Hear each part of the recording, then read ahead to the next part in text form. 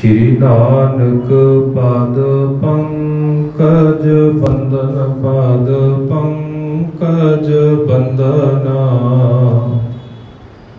सिमरो अंगद दोख निकंदना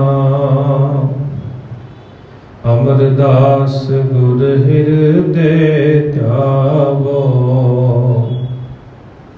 हृदय त्यावो श्री गुरु रामदास गुण गावो श्री अर्जन विगनन के नाशक हर गोबिंद शुभ सुमत प्रकाशक श्री हर राय नमो कर जोरी नमो कर जोरी गुरु हर कृष्ण मनाए बहोरी तेग बहादुर परम कृपाला परम कृपाला श्री गुरु गोबिंद सिंह बिसाला तरों तरा पर पुन पुन सीसा पुन पुन सीसा बंदों बार बार जगदीशा जिसमें है अमृत ज्ञान है मानक भगत बैराग श्री गुरु ग्रंथ साहिब उदद बंदों कर अनुराग एकंकारा सतगुरु ते प्रसाद सत होए वाहिगुरु जी की फतेह विघ्न विनाशन सोए वाहिगुरु जी की फतेह विघ्न विनाशन सोए दूलो समेत बरात बहोर के शुभ थान में अन्न के डेरा जुग जुग अटल साहिब श्री गुरु ग्रंथ साहिब जी महाराज जी की पावन पवित्र हजूरी अंदर हाजरियां भरे सत्कार सत्संगी जनों दोवें हाथ जोड़ के फतेह प्रवान करो आखो जी वाहिगुरू जी का खालसा वाहिगुरू जी की फतेह।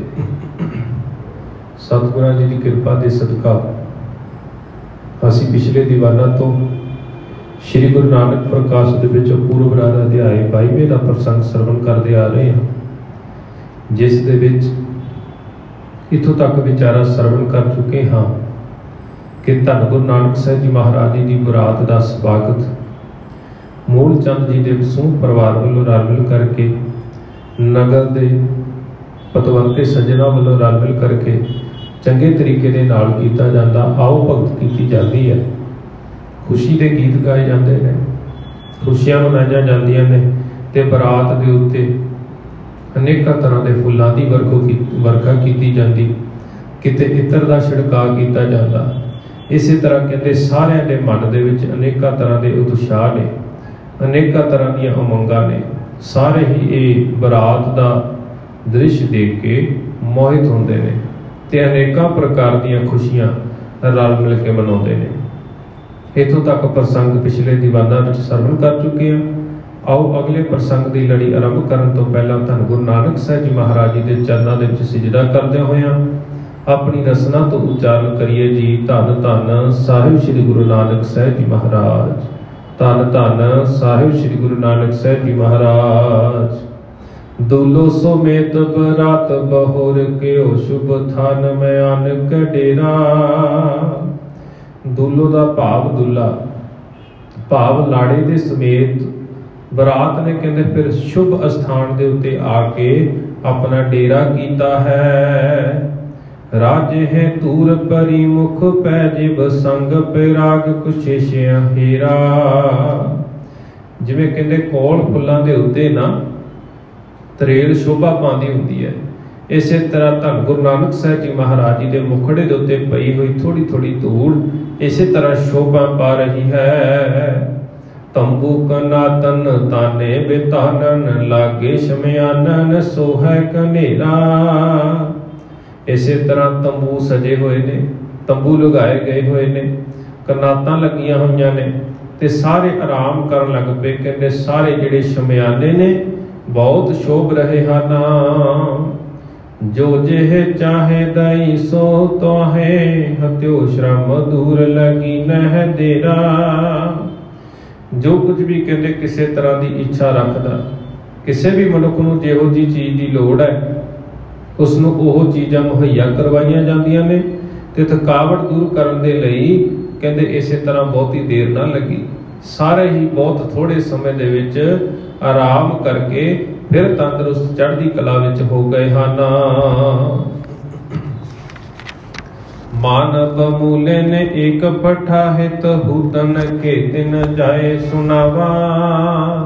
इसे तरह हुण कहंदे मूल चंद खत्री जी ने एक व्यक्ति नूं बुलाया ते फिर सदा भेजा भी भाई छेती देना सारे जाने आ जावो। तारो हो आप चल पद को अब काल पयो हित लेवन लावा। कहंदे सारे जाने तैयार हो के छेती देना आ जावो, क्योंकि कहते हुण लावां दा जिहड़ा शुभ समा है ना, लावां दा वेला हो गया है। जो सुन डंक निशान लगे तुन कोरे उठी कन जो कहरावा। कहंदे ये सुन के जदों बरात नूं पता लगा भी भाई आनंद कारज दा वेला हो गया, लावां दा वेला हो गया, तां कहंदे डंके वजाए गए, नगारे दे उत्ते चोभा लगाईयां गईयां। जदों नगारे बजे ने, चोभा लगाईयां गईयां, कहंदे इसे तरह आवाज़ पैदा हुई भी जिवें किते बदल गरजे होण। इस तरीके दे नाल पूरे जोश दे नाल नगारे बजाए जा रहे हन। आनंद को उर धारत बैगम ने मिल साज समाज सुहावा। ते इसे तरह कहंदे ये सारा माहौल देख के दिल आनंद नूं धार के, इसे तरह कहंदे अपना साज समान सवार के सारे ही सारे मन दे विच आनंद धार के इकट्ठे होके हुण चल पए हन। इसे तरह सारे ने तैयारियां कीतियां ने ते फिर सारे रल मिल के हुण खुशी मना रहे हन। अड़िल लैलावा ते थान गए पुन सिवर में, बसी गुड़ाका पे आन निज ठबर में। हुण इत्थे कवि संतोख सिंह जी चूड़ामणी जी ने इस ग्रंथ दे विच श्री गुरु प्रताप सूज ग्रंथ दे विच कुछ कुछ नुकते इहो जे भी दर्ज किए हुए ने, जां जिहड़े गुरमति कसवटी के अनुसार असीं जेकर देखिए तां ओह फिर गुरमति कसवटी के अनुसार खरे नहीं उतरदे। ते इसे तरह जिवें वख-वख जन्म साखियां ने, भाई मनी सिंह जी वाली जन्म साखी है, पुरातन जन्म साखी है, जां होर जिन्ने भी पुरातन कुछ कुछ स्रोत ने। जदों धन गुरु नानक साहिब जी महाराज जी के विआह के प्रसंग का उस असीं वर्णन पढ़ते हाँ, वो कथा वार्ता पढ़ते हैं, तो कुछ कुछ स्रोतां दे विच ये भी लिखण नूं जां देखण नूं जां पढ़न नूं मिल जाता कि धन गुरु नानक साहिब जी महाराज जी का जो विआह सी वो बालपण दे विच कर दिता गया सी मेहता कालू जी दे वल्लों।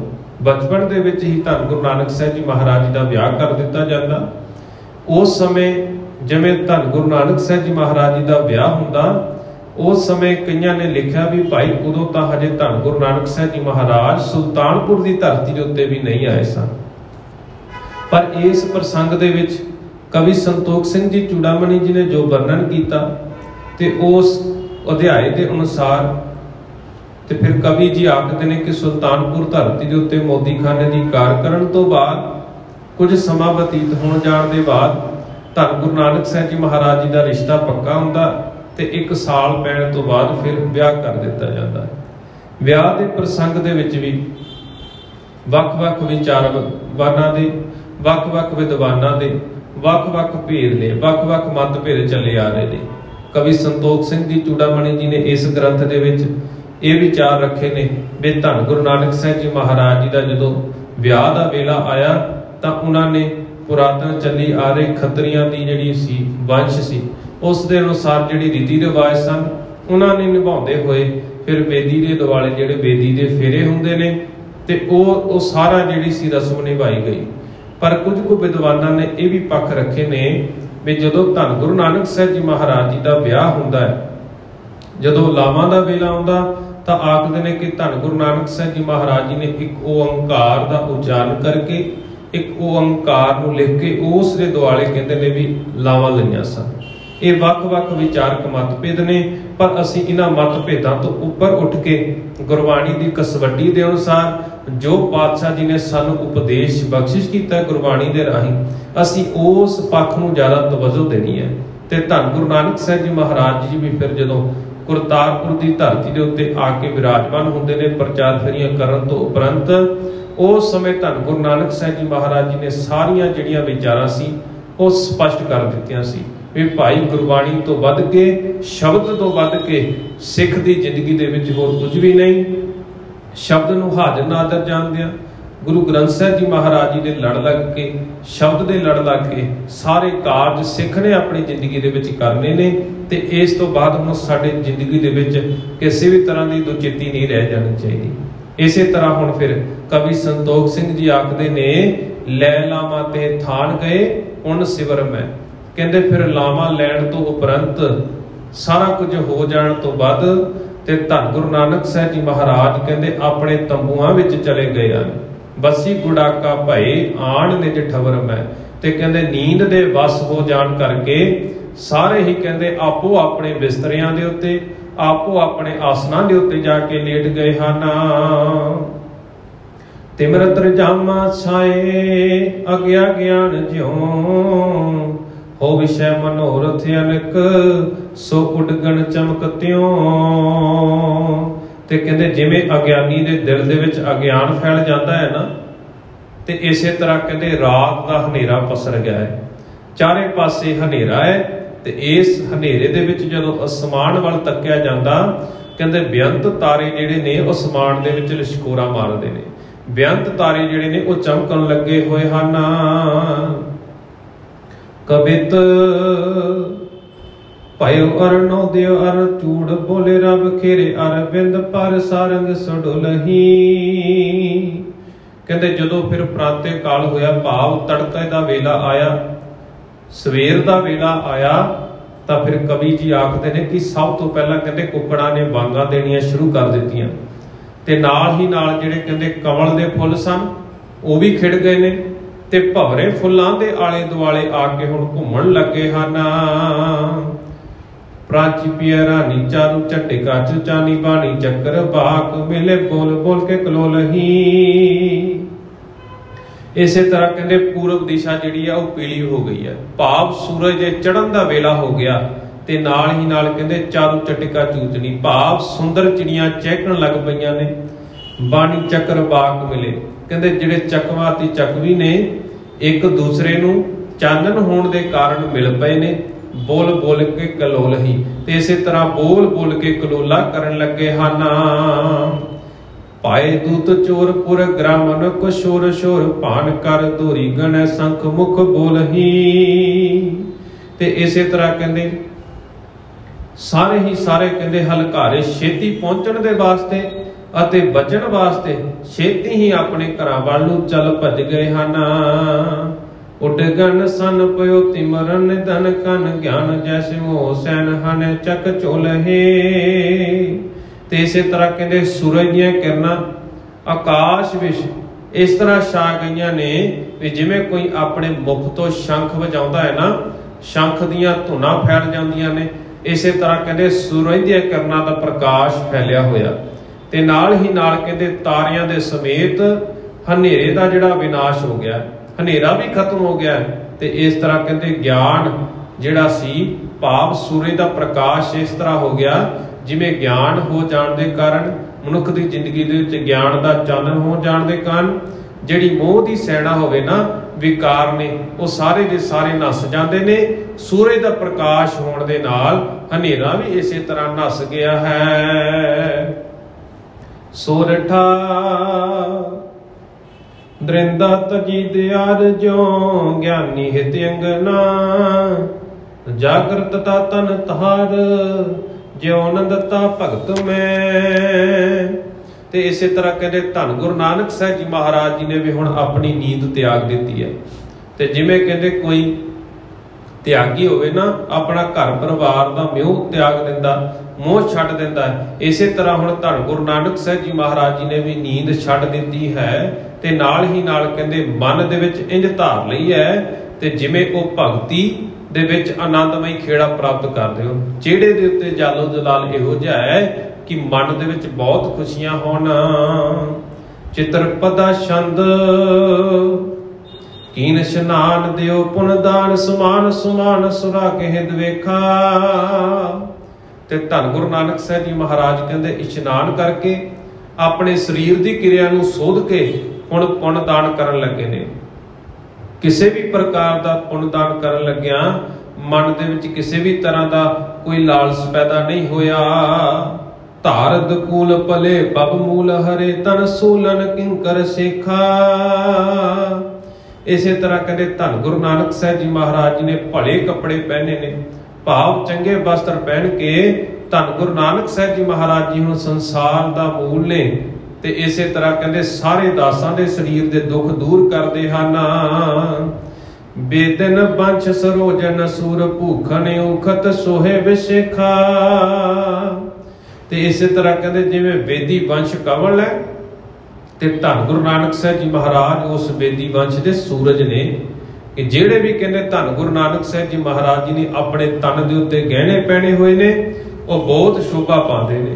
ਜਿਵੇਂ ਸੂਰਜ ਦੀ ਲਾਲੀ ਹੋਵੇ ਨਾ, ਚੜ੍ਹਦੇ ਸੂਰਜ ਦੀ ਲਾਲੀ ਹੋਵੇ, ਇਸੇ ਤਰ੍ਹਾਂ ਧੰਨ ਗੁਰੂ ਨਾਨਕ ਸਾਹਿਬ ਜੀ ਮਹਾਰਾਜ ਜੀ ਦੇ ਚਿਹਰੇ ਦਾ ਜਾਹੋ ਜਲਾਲ ਦੇਖਣ ਵਾਲਾ ਹੈ। ਰੂਪ ਅਨੂਪਮ ਸ਼ਾਂਤ ਮਨੋ ਕਿਆ ਗਿਆਨ ਅਸ਼ਾਦਨ ਜਿਉ ਤਰ ਵੇਖਾ। ਤੇ ਧੰਨ ਗੁਰੂ ਨਾਨਕ ਸਾਹਿਬ ਜੀ ਮਹਾਰਾਜ ਦਾ ਜਿਹੜਾ ਸਰੂਪ ਹੈ ਉਹ ਅਨੂਪਮ ਹੈ, ਭਾਵ ਉਸ ਦਾ ਬਿਆਨ ਨਹੀਂ ਕੀਤਾ ਜਾ ਸਕਦਾ। ਤੇ ਪਰ ਧੰਨ ਗੁਰੂ ਨਾਨਕ ਸਾਹਿਬ ਜੀ ਮਹਾਰਾਜ ਜੀ ਦੇ ਜਿੱਥੇ ਚਿਹਰੇ ਦਾ ਇਹੋ ਜਿਹਾ ਜਾਲੋ ਜਲਾਲ ਹੈ, ਜਾਹੋ ਜਲਾਲ ਦੇਖਣ ਵਾਲਾ, ਤੇ ਉੱਥੇ ਮਨ ਕਰਕੇ ਧੰਨ ਗੁਰੂ ਨਾਨਕ ਸਾਹਿਬ ਜੀ ਮਹਾਰਾਜ ਸ਼ਾਂਤ ਸੁਭਾਅ ਦੇ ਨੇ। ਇਸੇ ਤਰ੍ਹਾਂ ਧੰਨ ਗੁਰੂ ਨਾਨਕ ਸਾਹਿਬ ਜੀ ਮਹਾਰਾਜ ਜੀ ਨੇ ਸੋਹਣੇ ਰੂਪ ਤੇ ਉਹਨਾਂ ਦੇ ਜਿਹੜਾ ਵਿਲਾਸ, ਉਹਨਾਂ ਨੇ ਜਿਹੜਾ ਵੀ ਪੋਸ਼ਾਕ ਪਹਿਨੀ ਹੋਈ ਹੈ, ਲਿਬਾਸ ਪਹਿਨਿਆ ਹੋਇਆ, ਤੇ ਸਾਰਾ ਕੁਝ ਕਵੀ ਜੀ ਨੇ ਆਪਣੀ ਕਲਮ ਦੇ ਨਾਲ ਕਲਮਬੰਦ ਕੀਤਾ ਹੈ। ਸਵਿਆ ਸੀਸ ਬਦਾ ਸਿਰ ਪੇਚ ਪਵੈ ਗਰ ਮਾਲ ਬਣੀ ਮੁਖ ਤਾਲਨ ਕੀ। ਤੇ ਧੰਨ ਗੁਰੂ ਨਾਨਕ ਸਾਹਿਬ ਜੀ ਮਹਾਰਾਜ ਜੀ ਨੇ ਕਹਿੰਦੇ ਆਪਣੇ ਸਿਰ ਦੇ ਉੱਤੇ ਸਰਪੇਚ ਭਾਵ ਦਸਤਾਰ ਸਜਾਈ ਹੋਈ ਹੈ ਤੇ ਕਹਿੰਦੇ ਗਲ ਦੇ ਵਿੱਚ ਮੋਤੀਆਂ ਦੀ ਮਾਲਾ ਪਹਿਨੀ ਹੋਈ ਹੈ। ਲੋਚਨ ਲੋਲਬ ਲੋਕਤ ਲੋਕਨ ਪੀਰ ਹਰੈ ਅਗ ਜਾਲਨ ਕੀ। ਤੇ ਚੰਚਲ ਨੈਣਾ ਨਾਲ ਜਦ ਧੰਨ ਗੁਰੂ ਨਾਨਕ ਸਾਹਿਬ ਜੀ ਮਹਾਰਾਜ ਕਿਸੇ ਦੇ ਉੱਤੇ ਆਪਣੀ ਦ੍ਰਿਸ਼ਟੀ ਪਾਉਂਦੇ ਨੇ, ਕਿਸੇ ਵੀ ਜੀਵ ਨੂੰ ਤੱਕਦੇ ਨੇ, ਤੇ ਇਸੇ ਤਰ੍ਹਾਂ ਕਹਿੰਦੇ ਉਹਨਾਂ ਸਾਰੇ ਜੀਆਂ ਦੀ ਜਿਹੜੀ ਪੀੜਾ ਹੈ ਉਹ ਦੂਰ ਕਰ ਦਿੰਦੇ ਹਨ। ਸੁੰਦਰ ਜੋ ਅਰਬਿੰਦ ਖੇਰਾ ਮੁਖ ਜਾਗਤ ਕੀਨ ਬਿਹਾਲਨ ਕੀ। ਤੇ ਧੰਨ ਗੁਰੂ ਨਾਨਕ ਸਾਹਿਬ ਜੀ ਮਹਾਰਾਜ ਜੀ ਦਾ ਜਿਹੜਾ ਸੋਹਣਾ ਮੁਖੜਾ ਹੈ ਨਾ, ਉਹ ਕਮਲ ਦੇ ਵਾਂਗ ਕਹਿੰਦੇ ਖਿੜਿਆ ਹੋਇਆ, ਜਿਸ ਨੇ ਕਹਿੰਦੇ ਮੰਦੇ ਹਾਲ ਦੁਨੀਆ ਦਾ ਕਲਿਆਣ ਕੀਤਾ। ਜਿਹੜੇ ਦੁਨੀਆ ਦੇ ਹਾਲ ਮੰਦੇ ਸਨ ਨਾ, ਧੰਨ ਗੁਰੂ ਨਾਨਕ ਸਾਹਿਬ ਜੀ ਮਹਾਰਾਜ ਜੀ ਦੇ ਮੁਖੜੇ ਨੇ ਇਸ ਸਾਰੇ ਸੰਸਾਰ ਦਾ, ਇਸ ਸਾਰੇ ਦੁਨੀਆ ਦਾ ਕਲਿਆਣ ਕੀਤਾ ਹੈ। ਕੁੰਡਲ ਢੋਲਕ ਭੋਲਿਆ ਮੋਲ ਗਿਰਾ ਜਿਹ ਗਿਆਨ ਸਿਖਾਲਨ ਕੀ। ਇਸੇ ਤਰ੍ਹਾਂ ਧੰਨ ਗੁਰੂ ਨਾਨਕ ਸਾਹਿਬ ਜੀ ਮਹਾਰਾਜ ਜੀ ਦੀ ਰਸਨਾ ਤੋਂ ਨਿਕਲੀ ਹੋਈ ਮਿੱਠੀ ਬਾਣੀ ਜਿਹੜੀ ਹੈ ਉਹ ਗਿਆਨ ਸਿਖਾਉਣ ਵਾਲੀ ਹੈ। ਅੜਿਲ ਕਾਲੂ ਲਾਲੂ ਆਦ ਸੋ ਵੇਦੀ ਰਾਜਈ, ਅਲੰਕਾਰ ਪਟ ਰੁਚਦ ਸਵਾਸਦ ਸਾਜਈ। ਤੇ ਹੁਣ ਕਹਿੰਦੇ ਮਹਿਤਾ ਕਾਲੂ ਜੀ ਨੇ ਤੇ ਧੰਨ ਗੁਰੂ ਨਾਨਕ ਸਾਹਿਬ ਜੀ ਮਹਾਰਾਜ ਜੀ ਦੇ ਚਾਚਾ ਜੀ ਭਾਈ ਲਾਲੂ ਜੀ ਵੀ ਕਹਿੰਦੇ बड़ी शोभा पा रहे ने। उन्होंने भी अपने तन के उत्ते सुंदर लिबास पहने हुए ने ते इसे तरह बड़े सुंदर तरीके दे नाल सजे हुए हैं। बहुत जाचक की पीर लेत है आन कै, हो देत सर्ब को दान, हृदय सुख मान कै। इसे तरह कहते हुण उस दर दे उत्ते मंगतियां दी भी बड़ी भीड़ लगी हुई है ते सारे ही आन के दान प्राप्त करते हैं। ते इसे तरह हिरदे दे विच सुख मन के सारियां नूं ही दान दिता जा रहा है। अनक भांत के हेत सो कोतक देखिए, शैल शमीले हसे लिबास विशेखिए। ते इसे तरह कहते अनेकां प्रकारां दे कौतक वेखे जा रहे ने, अनेकां तरह के कौतक दिखाए जा रहे ने ते शैल शबीले जिहड़े ने वो सारे हसदे ने ते खुश हो रहे हैं। बख्शे वो बख्शीश प्रमोद बढ़ाए कै, हो धन धन मुख कहे रहो जस छाए कै। ते धन गुरु नानक साहब जी महाराज जिथे सारियां नूं दातां वंडदे ने, बख्शिशां करदे ने ते इसे तरह धन गुरु नानक साहब जी महाराज जी का जस दे के सारे ही कहते अपने मुख तो अपनी रसना तो धन गुरु नानक साहब जी महाराज जी नूं आखदे ने भी तुसी धन हो, तुहाडी कमाई धन है। दोहरा तेशन एक नर आए कै, बोलियो जुग कर जोद, गमन हो अचने असन को, कर करना चमकूद। ते फिर इसे तरह कहते इन्ने समय नूं एक आदमी आके दोवें हाथ जोड़ के बेनती करता है ते कहता आखदा बचन करता भी भाई आओ सारे रल मिल के हुण किरपा करो ते भोजन छकन दे लई चलो। सोरठा सबे समाज सुहात, कालू कीन रजाए तब, दूल्हो सैत बरात, गमने मूले के सदन। ते इसे तरह कहते सारी बरात ही बड़ी शोभा पा रही है। जद कहते मेहता कालू जी ने ये वचन किए ने ते कहते सारे ही फिर धन गुरु नानक साहब जी महाराज जी के समेत हुण सारी बरात जिहड़ी सी, सारी जंज जिहड़ी सी वो भाई मूले जी के घर पहुंच गई है। सवैया पाए पले अरबिंद, चले गत मंद मनोहर है सुंदरी। ते इसे तरह कहते कमल फुल वर्गे धन गुरु नानक साहब जी महाराज जिहड़े सुंदर ने कहते इसे तरह हौली हौली चाल चलते जा रहे हैं। बहु विशाल की उर बना अंगुरी, नग कंचन की मुंदरी।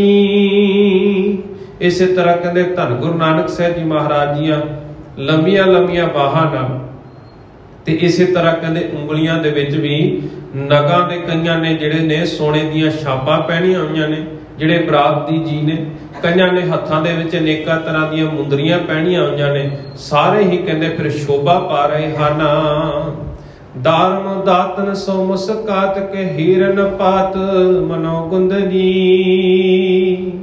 ते इसे तरह कहते जो धन गुरु नानक साहब जी महाराज जी नूं सारे मुस्कुराते देखते ने तां सारे नूं इंज प्रतीत हो रहा जिवें हीरे लिशकोरा मारते ने, जिवें हीरियां दी चमक होवे ना। धन गुरु नानक साहब जी महाराज जी नूं खुश हुंदियां देख के सारे इस तरह भुलेखा खा रहे हैं। उन्नत कंद उदार लाल सुचार के चांदे आनंद तरी। ते कहते इसे तरह उच्चे मोढे, खिड़िया होया सुंदर मत्था, इंज सुंदर लग रहा है जिवें कहते चंद्रमा ने पूरी चाननी धारण की होवे, कि जिवें चंद्रमा अपने पूरे प्रभाव दे नाल चाननी बरता रहा होवे।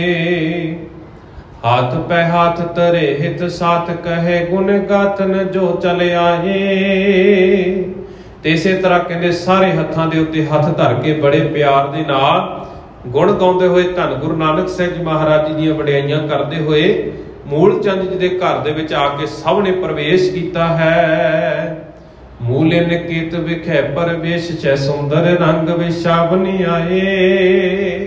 कहते जिथे हुण सुंदर विछौणे विछाए गए ने सारे ही फिर बरात दे जी उस स्थान दे उत्ते पहुंचे हन।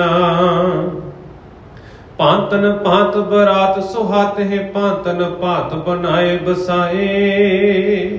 ਕਈ ਭਾਂਤ ਦੀ ਕਹਿੰਦੇ ਜਿਹੜੀ ਬਰਾਤ ਹੈ ਸ਼ੋਭ ਰਹੀ ਸੀ, ਤੇ ਇਸੇ ਤਰ੍ਹਾਂ ਕਹਿੰਦੇ ਵੱਖ-ਵੱਖ ਪੰਗਤਾਂ ਬਣਾ ਕੇ ਸਾਰੇ ਨੂੰ ਪੰਗਤਾਂ ਦੇ ਵਿੱਚ ਬੈਠਾਇਆ ਗਿਆ ਹੈ।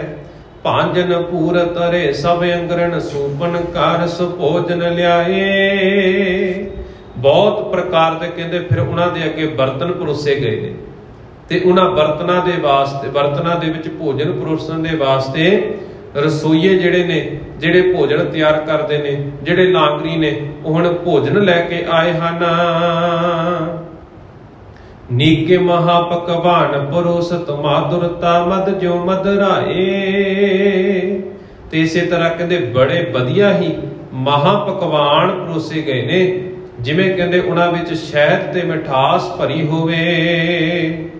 ਮੋਦਕ ਸੇਵਕੀਆਂ ਨੁਗਦੀ ਦਦ ਗੰਧ, ਸੰਗ ਪਕੋਰਨ ਮੰਦ ਪਿਲਾਏ। ਹੁਣ ਕਵੀ ਜੀ ਆਖਦੇ ਰਹੇ ਕਿ ਫਿਰ ਉਹਨਾਂ ਬਰਤਨਾਂ ਦੇ ਵਿੱਚ ਮੋਦਕ ਦਾ ਭਾਵ ਹੁੰਦਾ ਲੱਡੂ, ਸੇਵੀਆਂ ਸੇਵਕੀਆਂ ਭਾਵ ਸੇਵੀਆਂ, ਨੁਗਦੀ ਦਾ ਭਾਵ ਬੂੰਦੀ, ਦਦ ਸੰਗ ਪਕੋਰਨ ਮੱਧ ਮਿਲਾਏ। ਤੇ ਇਸੇ ਤਰ੍ਹਾਂ ਕਹਿੰਦੇ ਦਹੀਂ ਵਿੱਚ ਪਕੌੜੀਆਂ ਮਿਲਾ ਕੇ ਸਾਰਿਆਂ ਨੂੰ ਪਰੋਸੇ ਗਏ ਹਨ। ਅੰਮ੍ਰਿਤੀਆਂ ਖੁਰਮੇ ਸੋਬਰੇ, ਬਰ ਘੇਵਰ ਸੇਤ ਸਿਤਾ ਬਹੁ ਪਾਏ। ਤੇ ਇਸੇ ਤਰ੍ਹਾਂ ਕਹਿੰਦੇ ਜਲੇਬੀਆਂ ਵੀ, ਖੁਰਮੇ ਵੀ ਬੜੇ ਅਤੇ ਸਫੇਦ ਖੰਡ ਘਿਓ ਕਹਿੰਦੇ ਬਹੁਤ ਵਰਤਾਏ ਗਏ ਹਨ। ਦਾਖ ਵਿਦਾਮ ਗਿਰੋ ਪਿਛਤਾ, ਸਭ ਭੋਜਨ ਮੇਵੇ ਅਮੇਜ ਕਰਾਏ। ਤੇ ਇਸੇ ਤਰ੍ਹਾਂ ਕਹਿੰਦੇ ਮੇਵੇ ਵੀ ਮਿਲਾ ਕੇ ਫਿਰ ਭੋਜਨ ਦੇ ਵਿੱਚ ਦਿੱਤੇ ਗਏ, ਜਿਨ੍ਹਾਂ ਦੇ ਵਿੱਚ ਸੌਗੀ, ਬਦਾਮ, ਗਿਰੀਆਂ ਅਤੇ ਪਿਸਤਾ ਆਦਿਕ ਪਦਾਰਥ ਜਿਹੜੇ ਨੇ ਉਹ ਭੋਜਨ ਦੇ ਰੂਪ ਦੇ ਵਿੱਚ ਪਰੋਸੇ ਗਏ ਨੇ। ਇੱਥੋਂ ਤੱਕ ਦੀਆਂ ਵਿਚਾਰਾਂ ਅਸੀਂ ਅੱਜ ਦੇ ਦੀਵਾਨਾਂ ਵਿੱਚ ਸਰਵਣ ਕਰ ਚੁੱਕੇ ਹਾਂ ਕਿ ਕਿਵੇਂ ਧੰਨ ਗੁਰੂ ਨਾਨਕ ਸਾਹਿਬ ਜੀ ਮਹਾਰਾਜ ਜੀ ਦੇ ਵਿਆਹ ਦੇ ਪੁਰਬ ਨੂੰ ਮੁੱਖ ਰੱਖਦੇ ਹੋਏ ਵੀ ਵਿਚਾਰਾਂ ਸਰਵਣ ਕੀਤੀਆਂ ਨੇ, ਵਿਚਾਰਾਂ ਦੇ ਨਾਲ ਸਾਂਝ ਪਾਈ ਹੈ। ਤੇ ਹੁਣ ਬਰਾਤ ਜਿਹੜੀ ਹੈ ਸਾਰੀ ਮੂਲ ਚੰਦ ਜੀ ਦੇ ਘਰ ਦੇ ਵਿੱਚ ਜਾ ਕੇ ਭੋਜਨ ਛਕਣ ਦੇ ਲਈ ਉਹਨਾਂ ਨੂੰ ਸੱਦਾ ਆਇਆ ਗਿਆ, ਤੇ ਸਾਰੇ ਹੀ ਉੱਥੇ ਹੁਣ ਜਾ ਕੇ ਪੰਗਤਾਂ ਦੇ ਵਿੱਚ ਜਾ ਕੇ ਵਿਰਾਜਮਾਨ ਹੋ ਗਏ ਨੇ। ਤੇ ਅਗਲੇਰੀਆਂ ਵਿਚਾਰਾਂ ਅਸੀਂ ਕੱਲ ਦੇ ਦੀਵਾਨਾਂ ਦੇ ਵਿੱਚ ਸਰਵਣ ਕਰਾਂਗੇ। ਵਿਚਾਰਾਂ ਕਰਦਿਆਂ ਭੁੱਲਾਂ ਚੁੱਕਾ ਹੋ ਜਾਣੀਆਂ ਸੁਭਾਵਿਕ ਨੇ, ਗੁਰੂ ਅਤੇ ਗੁਰੂ ਦੀ ਸੰਗਤ ਬਖਸ਼ਣ ਯੋਗ ਹੈ। ਬਖਸ਼ਦਿਆਂ ਹੋਏ ਫਤਿਹ ਪ੍ਰਵਾਨ ਕਰੋ। ਆਖੋ ਜੀ ਵਾਹਿਗੁਰੂ ਜੀ ਕਾ ਖਾਲਸਾ, ਵਾਹਿਗੁਰੂ ਜੀ ਕੀ ਫਤਿਹ।